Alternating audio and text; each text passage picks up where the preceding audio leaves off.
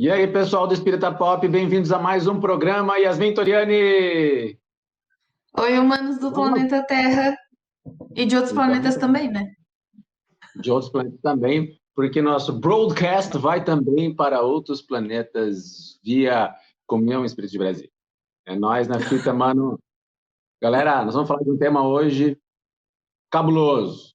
Cabuloso, mas é legal a gente bater esse papo aqui, porque o Brasil é uma bênção. No Brasil isso não é permitido, mas tem gente às vezes que acha que é legal. Nós vamos falar do que, Yasmin? Eutanásia, gente, assunto polêmico, né? É isso Brasil aí. assuntos polêmicos. Produção, chama a vinheta que o tema vai pegar.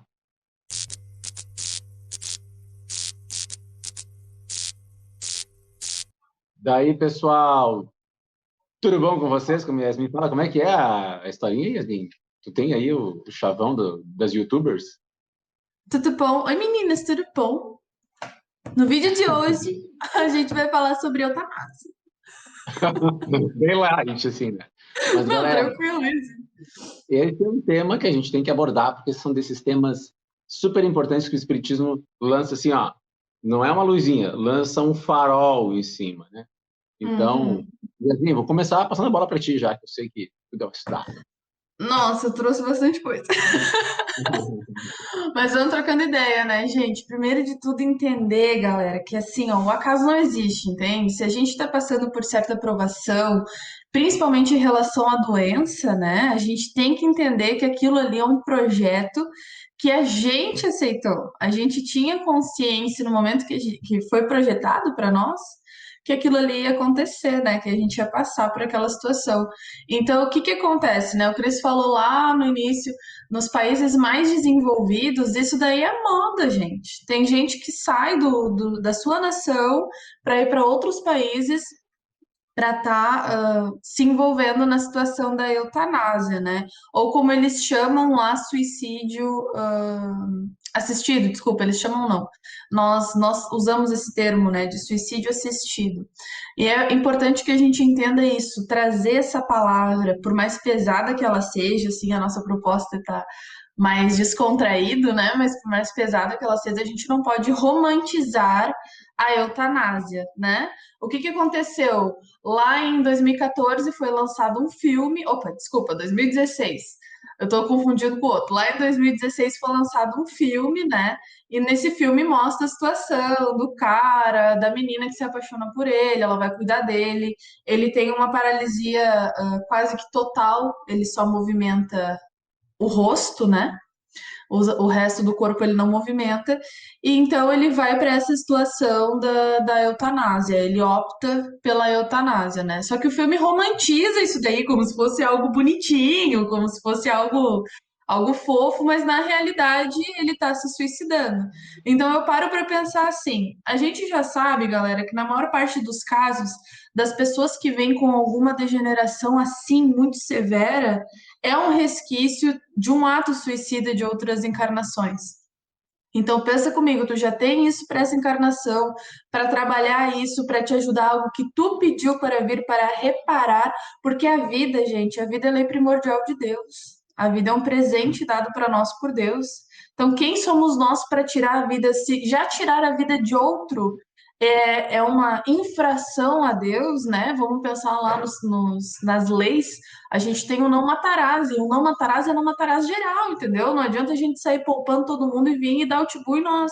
Não vai dar certo. Então a gente tem que entender isso daí, galera. Não dá para romantizar essa situação da eutanásia, porque eutanásia é sim suicídio. É suicídio. Não tem outro nome. É suicídio. Então a gente tem várias coisas, vocês vão pegar ali. Trouxe um textinho para vocês do livro. Cadê o nome do livro? Bem-aventurados os aflitos, do capítulo 5 do Evangelho, Bem-aventurados os aflitos, que ele vai falar sobre eutanásia lá no finalzinho, quando eles trazem no item 28 uma pergunta, né? Um homem que está agonizando, preso em cruéis sofrimentos. Então, olha só, o cara já não tá bem, entendeu? Tá preso em cruéis sofrimentos. Sabe que o estado é desesperador, não tem o que fazer, digamos assim, tá? Não tem o que fazer, tá numa situação de uma doença terminal ou de uma doença degenerativa, não tem o que fazer. É lícito tirar a vida dessa pessoa? É lícito a pessoa optar também por se tirar a própria vida? Então, ele vai decorrer no tema, mas muito interessante que ele fala sobre o materialista.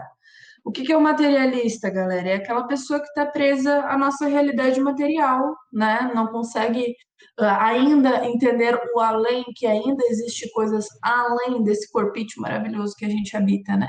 Então, acha que é natural. Não, tudo bem, a pessoa está sofrendo, vamos poupar ela, vamos fazer com que ela não sofra mais. Sendo que, na realidade, gente, quando a gente se dá conta do que a gente fez, o negócio é bem mais dolorido do que a gente possa imaginar. Mas eu já falei demais, vai, Cristiano. Não, isso aí. Não, muito bom. Essas ponderações, né, gente, para nós que somos espíritas, elas são cruciais, porque a reencarnação nos explica que nós estamos sempre inseridos em processos justos. Então, qual é o processo, qual é a razão do sofrimento, né?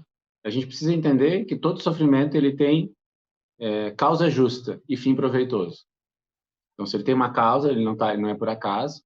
E a situação que nós nos encontramos de cometer suicídio assistido, ela não interrompe o débito, ela gera outro. Isso que é pior, né, Yasmin? Porque uma coisa é assim, tudo bem, eu não estou conseguindo pagar todo esse débito agora, vou deixar para a próxima. Mas quando você comete suicídio, você acaba engendrando essa situação. Vários países têm romantizado, acho que foi muito feliz Yasmin trazer esse filme, porque eu pensei a mesma coisa quando assisti, e achei que filme estúpido, sabe? E muito bem feito, assim, do ponto de vista cinematográfico e péssimo do ponto de vista moral, induzindo, né, talvez milhões de pessoas a pensar de uma forma romântica um tema tão trágico, tão trágico. A alma prossegue após a morte, gente. Então, assim, isso já não é uma questão a ser acreditada, é sim a ser aceita, sabe?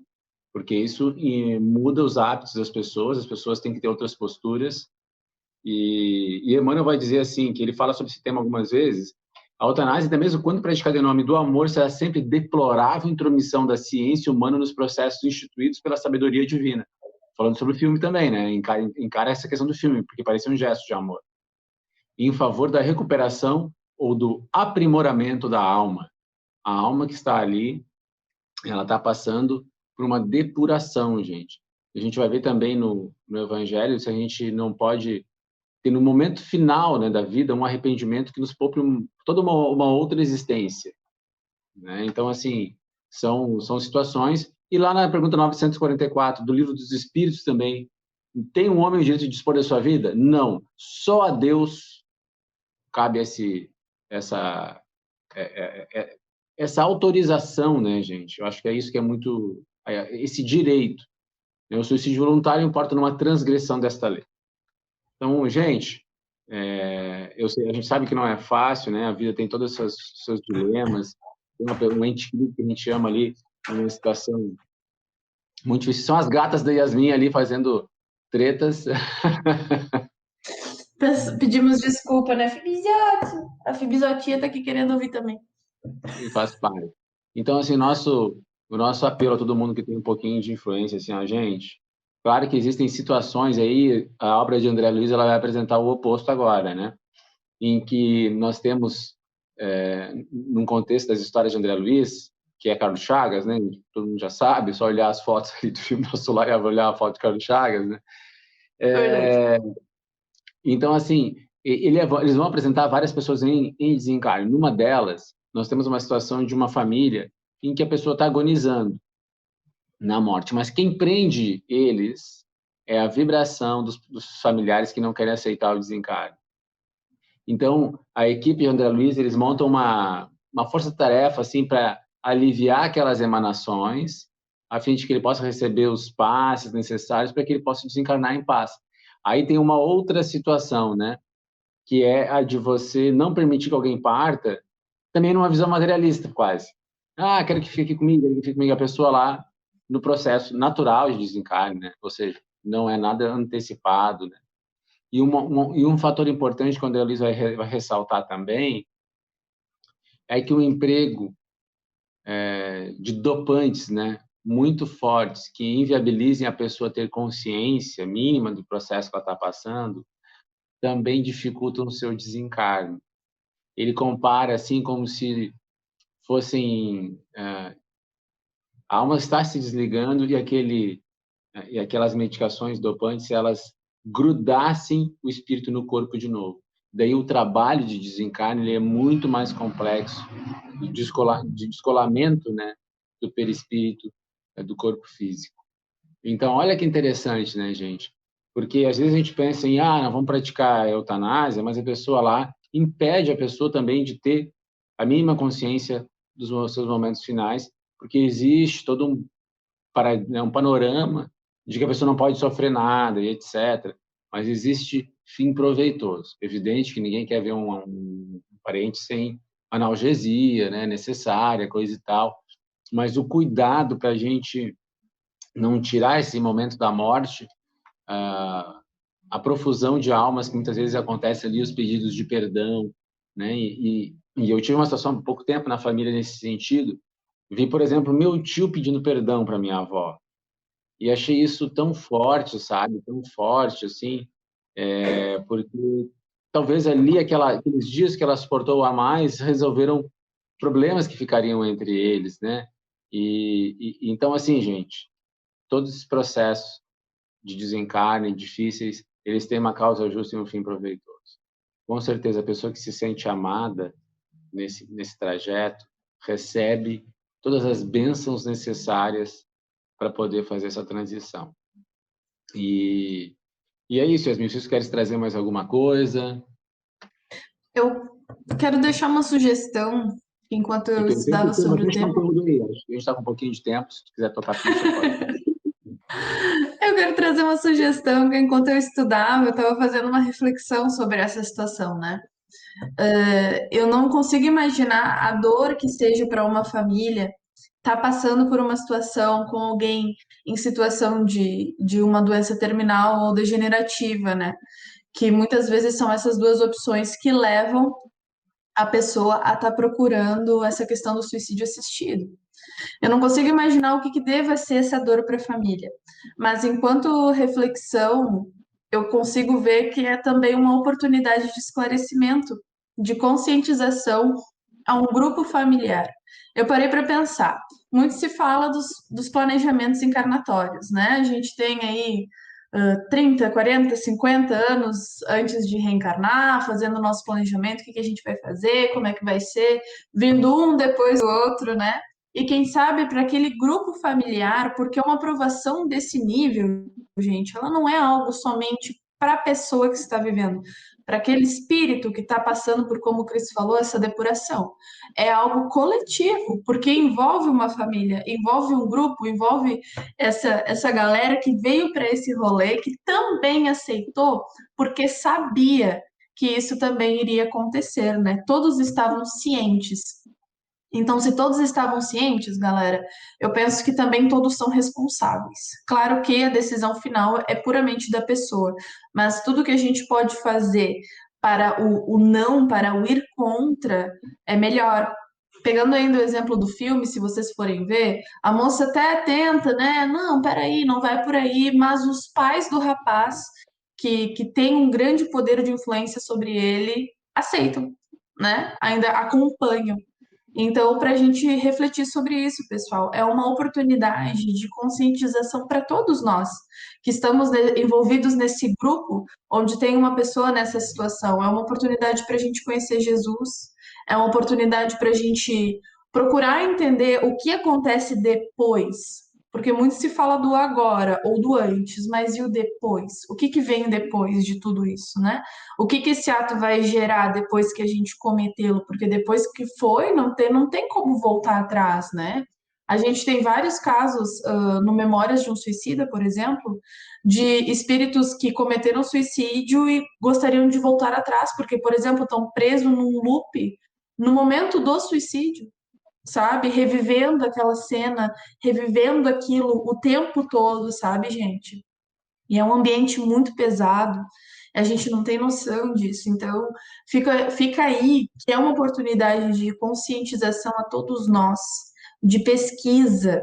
Não tomem uma atitude sem pesquisar as opções de vocês antes, sem pesquisar o que isso causa para a pessoa e também para aquele grupo que acaba ficando responsável por receber uma pessoa nessa situação e também fica responsável por deixar uma pessoa nessa situação partir, né, pessoal? E no mais, se a pessoa está em situação de hospital, está hospitalizada, gente, isso daí o Cris falou para mim e de vez em quando ele sempre fala, a prece ela tá fora do espaço-tempo, entendeu? Tanto que ele fala, oremos um pelos outros desde quando a gente era bebê até a gente do futuro, a gente de outras encarnações. Aí, claro que a gente ainda não consegue conceber isso daí, né? Imagina que loucura, tá rezando aqui agora, não, vamos rezar por nós, sei lá, 5 encarnações atrás para dar uma aliviada nessa, é uma coisa meio louca, assim, né? Mas, gente, se a prece está fora do espaço-tempo, o que será que ela não pode fazer com uma pessoa que está agonizando de dor? Será que essa prece que está fora do espaço-tempo, que está próxima a Deus, que é absoluto, será que ela não pode fazer nada por essa pessoa que está agonizando de dor dentro de um hospital? O que será que a gente pode fazer com as nossas palavras, com o nosso sentimento do coração? Então, fica o convite para que a gente veja essas situações como oportunidade da gente estar se conscientizando. É isto. É isso aí. Yasmin, pega o poeminha ali, ó, do nosso amigo Nestor Vitor. Olha só, olha só que nome diferentão, Nestor Vitor. Achei um nome diferentão. Tá ali no Temas Correlatos, vai lá na Bíblia do Caminho. E gente, a Bíblia do Caminho. É muito legal de pesquisa, né? E eu quero trazer aqui Chico Xavier, palavras do próprio Chico, né, encarnado, falando sobre o tema, enquanto a Yasmin pega ali para nós o poema para nós irmos encerrando. O Chico vai dizer assim, anotado no livro Evangelho de Chico Xavier, né, são mensagens do próprio Chico, anotadas por Carlos Bacelli. Sou pela valorização da vida, pela esperança, portanto sou contra a eutanásia. A chamada morte piedosa pode interromper para o espírito valioso processo de resgate. Deus não desampara os agonizantes. Os que têm a sua vida prolongada pela ciência, nos quadros de dor em que os observamos, estão sob a proteção de devotados companheiros da vida maior. Às vezes, naquele minuto a mais de agonia, o espírito alcança a vitória que perseguiu durante toda a existência. Olha que forte isso, gente. Às vezes, um minuto pode fazer diferença. E aqui uma outra dica no programa que nós vamos fazer ainda. Gente, pessoas que cometeram suicídio, pessoas que são materialistas, não podem nunca pensar em fazer cremação desse corpo, sabe? Vamos trazer aqui umas mensagens de Chico Xavier, um programa futuro, falando sobre cremação. E assim, nós temos um caso de Chico Xavier, onde uma trabalhadora da casa foi cremada e eles tiveram que reconstituir o perispírito dela. Então, assim, gente, Chico fala no mínimo uma semana, no pior dos cenários, 3 dias para aguardar a pessoa fazer a cremação. Pessoas espiritualistas, porque a gente pode colocar a pessoa num processo acelerado de desprendimento que ela não tem condições e ela pode vir a sofrer. Então, gente, essa é uma situação que precisa ser espalhada, porque às vezes a gente está ali num gesto eu já vi, né, famílias assim tentarem fazer isso de uma forma atabalhoada. Gente, vamos pensar que quando a gente fala de morte, a gente está falando de volta à casa maior.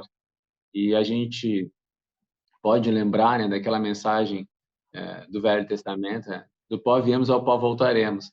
Só que às vezes tem um processo de desprendimento que demora muito tempo, né? A gente sabe, especialmente daqueles irmãos que tiraram a vida, os irmãos mais materialistas, eles ainda vão ficar presos ao corpo por alguns dias, meses, anos, né? Então, com todo carinho e respeito, a gente quer trazer esse tema para vocês aqui no futuro. Vamos encerrar, então, com a poesia do Nestor? Onde é que está a poesia do Nestor? Achei. Então, a gente vai fazer a leitura do soneto Eutanásia, do Nestor Vitor, que se encontra no livro Antologia dos Imortais, item 38. Isto. Ofega o corpo a sós, oculta a morte espia, invisível chacal na tocaia da presa, na máscara do rosto a ansiedade retesa aparenta velar a dor do último dia. Choras ao ver prostrada a criatura indefesa, cujo olhar sem consolo a lágrima embacia, e intentas ministrar-lhe a branda anestesia, que opresse o longo fim e ajude a natureza. Susta, porém, teu gesto. A vida é sábia em tudo. A alma jungida a carne, em pranto amargo e mudo, roga-te, embora gema e fale de outra esfera. Aguardo a mão da lei, sempre doce e bem-vinda. Dá-me silêncio e paz, não me expulses ainda. E por trás da alma em luta, a lei exclama: espera. Chico Xavier, através do espírito Nestor Vitor, em Antologia dos Imortais. Gente, beijo no coração de vocês. O tema, ele é, né, forte, mas vida, gente, vida e vida em abundância, como nos disse o Mestre Jesus. Fiquem com Amém. Deus e até a próxima. Yasmin, Falou, gurizada. Vida longa e próspera pra vocês, ó. Vamos assistir Star Trek, entendeu? Tem coisa lá, tem coisa lá. O Gene Roddenberry, a boatos que ele era assim, ó, abençoado de Deus, sabe? e para não dizer que a Yasmin está, o Cristiano está falando besteira. Lá na Gênesis, gente, para Kardec, o passado, o presente e o futuro são a mesma coisa. Se liga aí.